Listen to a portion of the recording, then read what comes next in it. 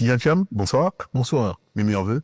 Merci. Comment allez-vous? Meilleurs vœux à vous, mais aussi meilleurs vœux à tous ceux qui nous écoutent ou qui nous regardent pour cette première édition de 21h25. Mais je vais bien. Ok. Dieu merci. Alors, en 2025, le BDCI bouge déjà. On a vu des nominations, notamment le ministre Maurice Kakoubikawi, qui est devenu votre conseiller spécial. Tout à fait. Vraiment, je me réjouis qu'il ait accepté cette nomination. C'est un homme qui a une expérience politique remarquable, que tous les Ivoiriens connaissent, et qui a beaucoup à apporter, aussi bien à moi-même qu'au PDCI, et je pense que tous le verront en 2025. 2021. Alors, dernièrement, vous avez fait des nouveaux vœux, vos vœux de nouvelle année. Vous avez encore parlé de la RLE. Quelle est l'importance encore de revenir sur la RLE? C'est au cœur de la démocratie. Vraiment, l'élection est la manière la plus concrète de mesurer l'état de la démocratie dans un pays. Donc, le nombre de personnes inscrites sur les listes électorales est un indicateur important. J'avais dit il y a quelques mois qu'on devrait aspirer à atteindre à peu près 40%, partant de près de 27%. C'est une augmentation significative. La bonne nouvelle à partir de la RLE, c'est qu'on a plus de 900 000 nouveaux inscrits, 943 157 selon la CI. Ça représente 11,9% du corps électoral. C'est-à-dire qu'on a pu augmenter le nombre d'électeurs inscrits en Côte d'Ivoire de 12% en 4 semaines. C'est une performance remarquable. Je tiens encore à remercier, à féliciter tous ceux qui ont contribué à ça. Mais ce n'est pas fini. Maintenant, nous avons une élection en 2025. La loi dit que on doit faire une RLE, révision de la liste électorale, chaque année. Donc elle s'impose à nous par la loi. Elle est financée. Les moyens sont disponibles, inscrits dans le budget qui a été voté à l'Assemblée nationale. C'est public.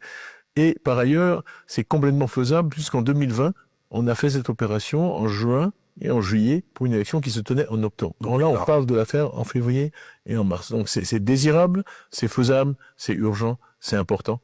Et on compte sur la CEI pour mettre en œuvre cette opération dans les meilleurs délais. Nous et des centaines de milliers d'Ivoiriens sommes prêts parce qu'ils ont fait les démarches nécessaires pour être inscrits sur la liste et ils ont été un peu frustrés parce que l'opération s'est arrêtée. Donc permettre à toutes ces personnes d'exercer leur droit le plus fondamental, qui est celui de contribuer au choix de la personne qui doit diriger cette nation, ce n'est pas négociable. Tout à fait, ça rendra plus inclusive. Alors, Tidjane Cham, vous avez eu un discours encore une fois lors de la présentation des vœux. Il y a eu des commentaires. Vous avez évoqué, je m'en voudrais de pas parler des milliardaires en dollars. Beaucoup de commentaires. Est-ce que vous pouvez nous expliquer? C'est un peu une manière de travailler que nous avons au PDCI. D'ailleurs, nous partons toujours de fait. D'ailleurs, j'ai demandé que pour les supports de cette discussion, on les rende disponibles sur nos sites. Sinon, si vous verrez que on mettra donc nos estimations des résultats de la RLE en ligne. C'est pareil pour l'analyse des milliardaires. Si vous regardez en fait en Afrique, les milliardaires en dollars, 1 milliard de dollars, disons que c'est en gros 600 milliards de francs CFA. C'est les gens dont la richesse atteint ou dépasse 600 milliards de francs CFA. Il y en a aujourd'hui 7, selon les décomptes les plus fiables, 7 en Égypte, il y en a 5 en Afrique du Sud, il y en a 4 au Maroc, il y en a 3 au Nigeria, je crois qu'il y en a 1 en Algérie. Okay. En fait, l'une des choses qui ressort de ça déjà, c'est la concentration en Afrique du Nord. Maroc, Algérie, Égypte, entre près plus d'une dizaine de milliardaires en dollars, et on en a peu en Afrique subsaharienne.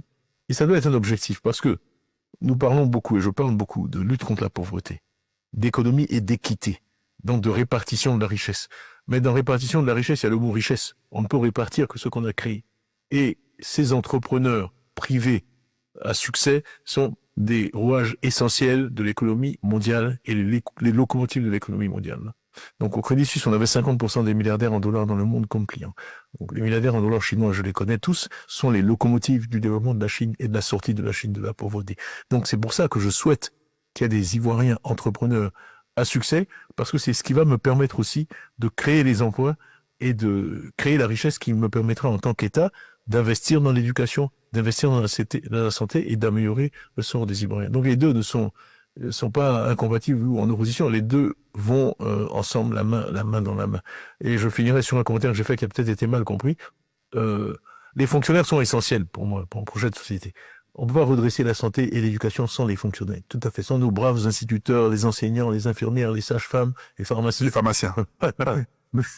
Mais ce que j'ai dit, c'est que il faut pas qu'on ait des fonctionnaires milliardaires. Il faut qu'on ait des entrepreneurs milliardaires. C'est tout ce que j'ai dit.